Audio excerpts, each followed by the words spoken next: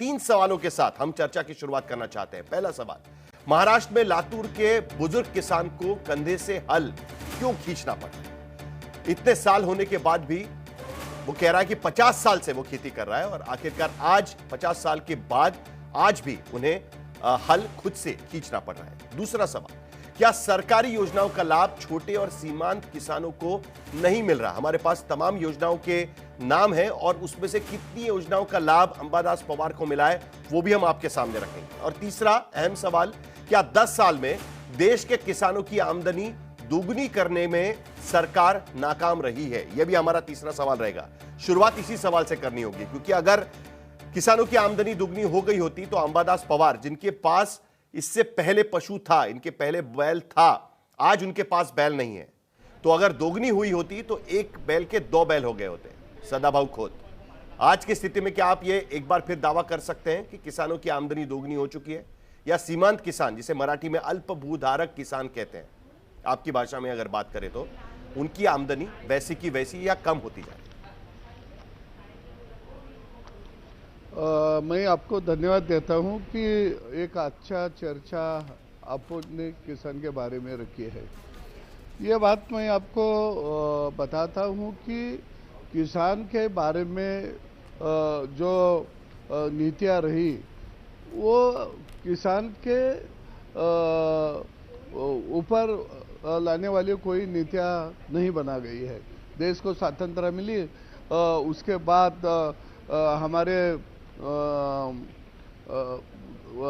घटनाकार आदरणीय भारत रत्न बाबा साहेब अम्बेडकर जी ने जो संविधान बनाया, उसमें तो 1951 में थोड़ा हंगामी सरकार पंडित नेहरू जी का उन्होंने बदलाव किया और शेड्यूल 9 डाल दिया। उसमें किसान विरोधी जितने भी कानून थे वो शेड्यूल 9 में डाल दिए। किसान तो सर्वोच्च न्यायालय में न्याय नहीं मांग सकता और सरकार के पास भी नहीं मांग रहा है। ये किसान की हालत 10 साल से 15 साल से नहीं हुई है। स्वातंत्र मिलने के बाद किसान विरोधी नीतियां इस देश में चला रही है। ऐसा है ना कि अभी 1951 में 52 में जो मंत्री थे उनको सामने रखकर हम सवाल नहीं पूछ सकते ना सदाभाऊ जी। आपको 2014 में मैंडेट इसलिए दिया गया क्योंकि आपने सरकार में आने के पहले वादा किया कि हम किसानों की आय दुगनी करेंगे। आपने यह वादा किया कि किसानों की स्थिति हम बदलेंगे और 10 साल आपको भी मिले हुए। उसके बाद सवाल आपसे पूछा जाएगा, जो मेरा तीसरा सवाल है, सीधा सीधा सवाल, उसका आप जवाब दीजिएगा कि किसानों की आमदनी दुगनी करने का वादा आपने किया था। अंबादास पवार की स्थिति देखते हुए क्या आप यह दावा कर सकते हैं कि किसानों की आमदनी दुगनी हुई है? सोयाबीन उगाते हैं, वो सोयाबीन कैश क्रॉप है, आपको पता है सोयाबीन की अहमियत क्या है महाराष्ट्र में? सर जी, पहले भी किसानों को खुदकुशी होती थी। आप ये सुनो कि 2099 से 2014 तक 55,000 किसानों की आत्महत्या हुई थी। उस टाइम हर दिन 8-10 लोगों की आत्महत्या होती थी।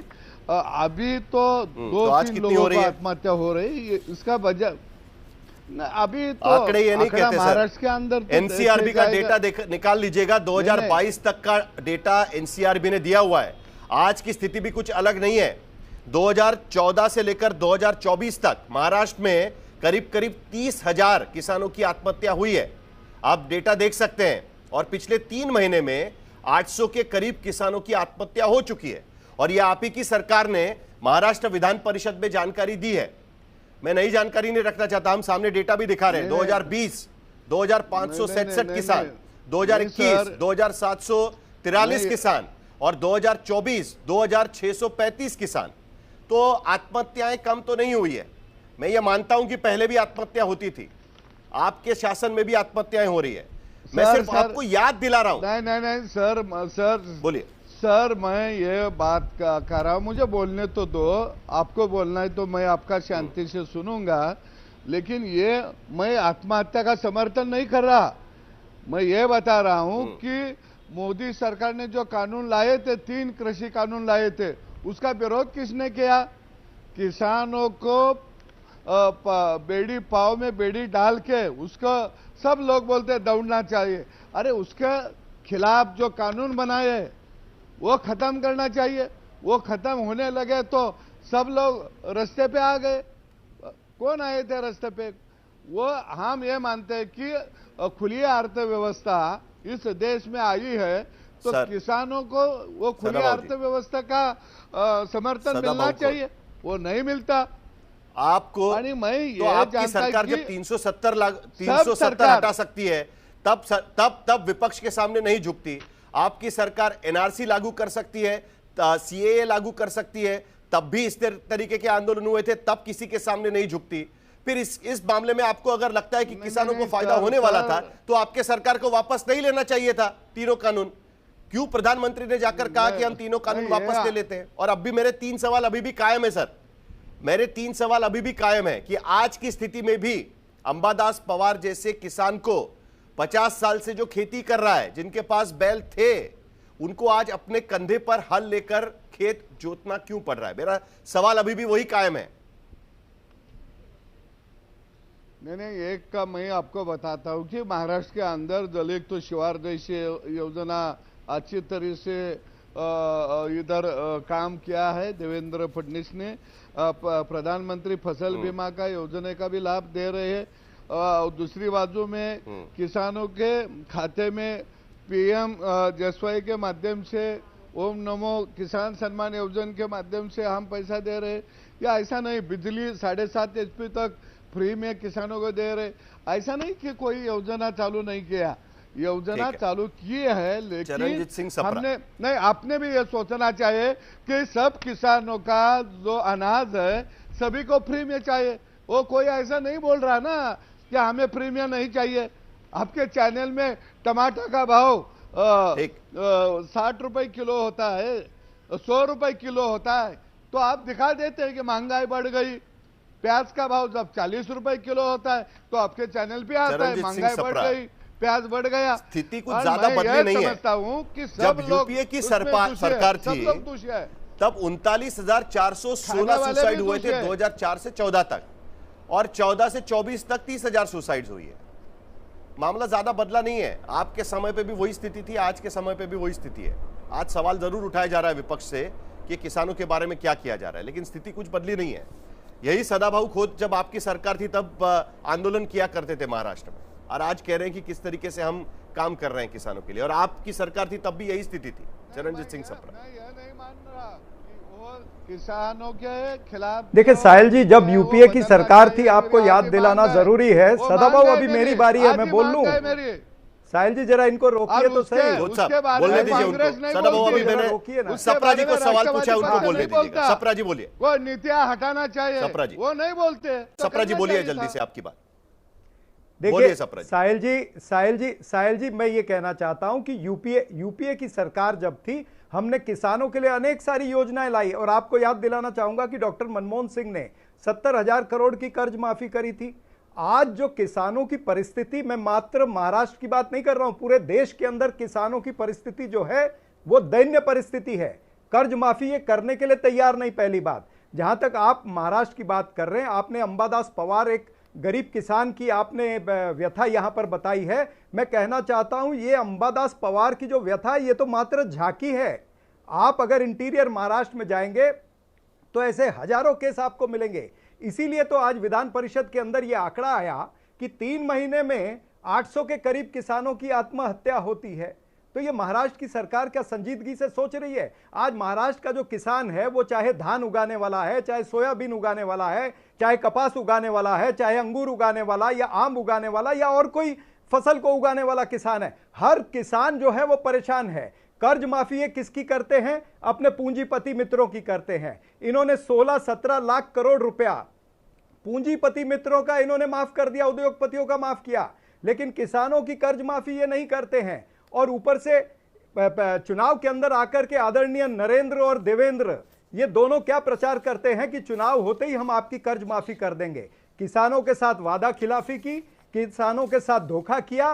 परसों अजीत पवार जी ने जब बजट पेश किया जो बजट में जो इनका सप्लीमेंट्री डिमांड्स आई है उसमें कहीं भी किसानों की कर्ज माफी का उल्लेख नहीं है। उल्टा अजीत पवार जी का ये स्टेटमेंट है ऑन रिकॉर्ड कि 2 वर्षों तक हम कोई किसानों की कर्ज माफी नहीं कर सकते हैं, सरकार की रूपाली पाटिल परिस्थिति वो बहुत खराब है। क्या तो हुआ आप किसानों के साथ झूठ बोल जब पता चला कि अंबादास पवार 40,000 रुपए के कर्जे में है, तब अजीत पवार उनको 40,000 रुपए अपने जेब से दे देते हैं। ये रॉबिनहुड का काम क्यों करना है?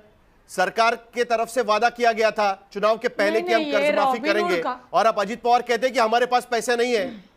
ये क्यों ऐसा क्यों किया जा रहा है? सिर्फ अंबादास पवार को 40,000 रुपए देने से थोड़ी ना कुछ होगा। इस तरीके के सीमांत किसानों को बहुत सारे बोलिए, ये रॉबिनहुड वगैरह का कोई प्रकार नहीं है।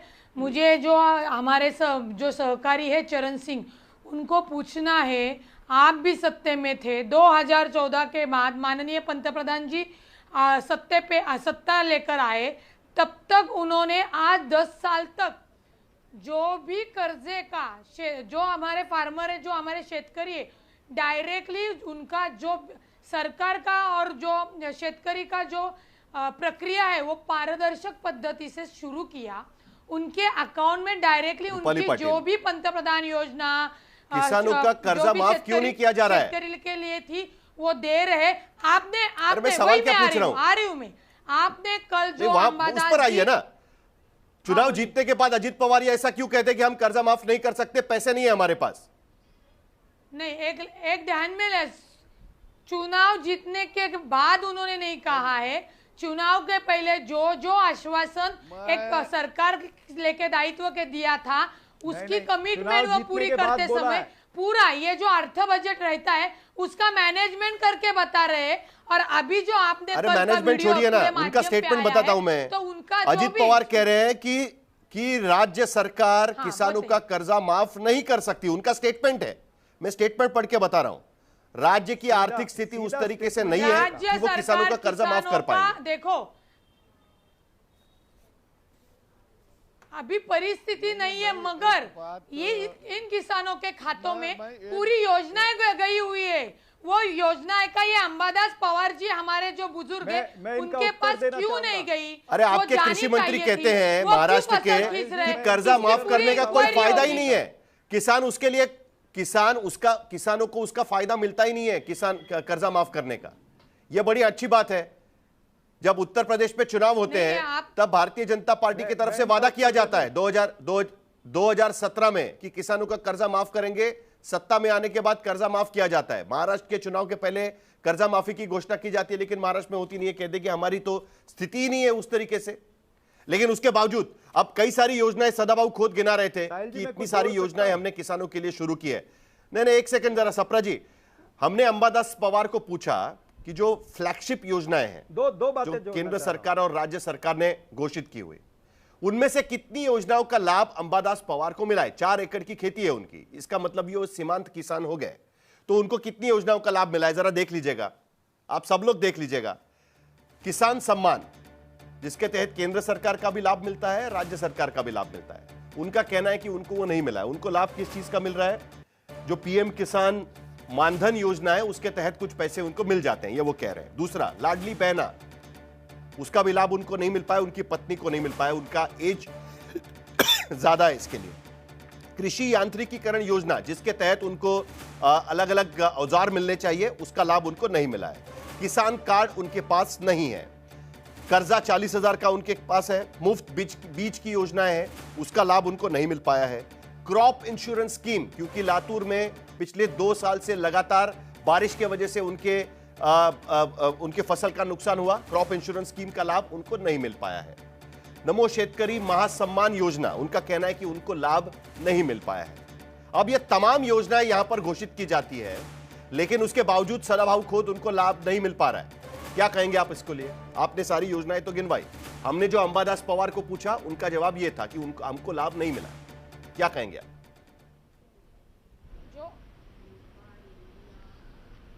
साहिल जी, क्या मैं सवाल का जवाब दे सकती हूँ? एक सेकंड, चाइना जी आता हूं आपके पास। अंबादास पवार, सदाभाऊ खुद। नहीं, किसानों को अंबादास पवार जो बुजुर्ग है हमारे माँ बाप जैसे है, मैं उनको वंदन करता हूँ। लेकिन अपन ने जो कहा ये सच है, तो उनके बारे में जरूर चिंतन करना जरूर है राज्य सरकार ने। और मैं खुद वो लेटर भेज के सरकार को पूछूंगा कि उसके बारे में जायजा लेना चाहिए और उसको मदद करना चाहिए। एक बात सर, मैं आपको जोड़ना चाहता हूं, मुझे इजाजत दीजिए। सप्रा जी जल्दी से, उसके बाद चाइना इनसे बात करेंगे। अभी एक बात ये दो चीजें मैं जोड़ना चाहता हूं। अभी इन्होंने बताया महाराष्ट्र की सरकार क्या क्या मदद करती है, इन्होंने बताने का एक प्रयास किया। सुनिए सदाबाबू को 2 मिनट, हाँ 2 मिनट मैं इनको बताना चाहता हूं कि छत्रपति शिवाजी महाराज कृषि सम्मान योजना, इसके अंदर आज ये सरकार के आंकड़े हैं 5,975 करोड़ रुपया आज भी पेंडिंग है। 6.5 लाख किसानों का 5,975 करोड़ आज पेंडिंग है जो सरकार ने देना है। सरकार के पास पैसे नहीं है। इनको खाली किसान अंबादास पवार से माफी नहीं मांगनी है, इनको महाराष्ट्र के 6.5 लाख किसानों से माफी मांगनी है। और फिर इनको जो इनके मंत्री है माणिकराव कोकाटे, वो किसानों के बारे में क्या वक्तव्य करते हैं कि 1 रुपए की जो योजना, 1 रुपए इंटरेस्ट की जो योजना है, उनकी स्टेटमेंट थी कि 1 रुपया तो महाराष्ट्र में भिखारी भी नहीं लेता है और 1 रुपए पर हम लोन दे रहे हैं किसानों को। फिर उन्होंने दूसरा आरोप लगाया किसानों पर कि जो हम लोन देते हैं किसानों को, जो कर्ज देते हैं, उससे किसान खेती नहीं करते, अपने बच्चों की बेटियों की शादी करते, अपने घर का फर्नीचर बनाते। ये महाराष्ट्र का कृषि मंत्री कहता है। तो कृषि मंत्री को माफी मांगनी चाहिए, महाराष्ट्र के मुख्यमंत्री को माफी मांगनी चाहिए, और बीजेपी के और जो अजीत पवार जी के यहां पर जो प्रवक्ता बैठे हैं उनको महाराष्ट्र के लोगों से, महाराष्ट्र की जनता से और पूरे देश के किसानों से माफी मांगनी चाहिए।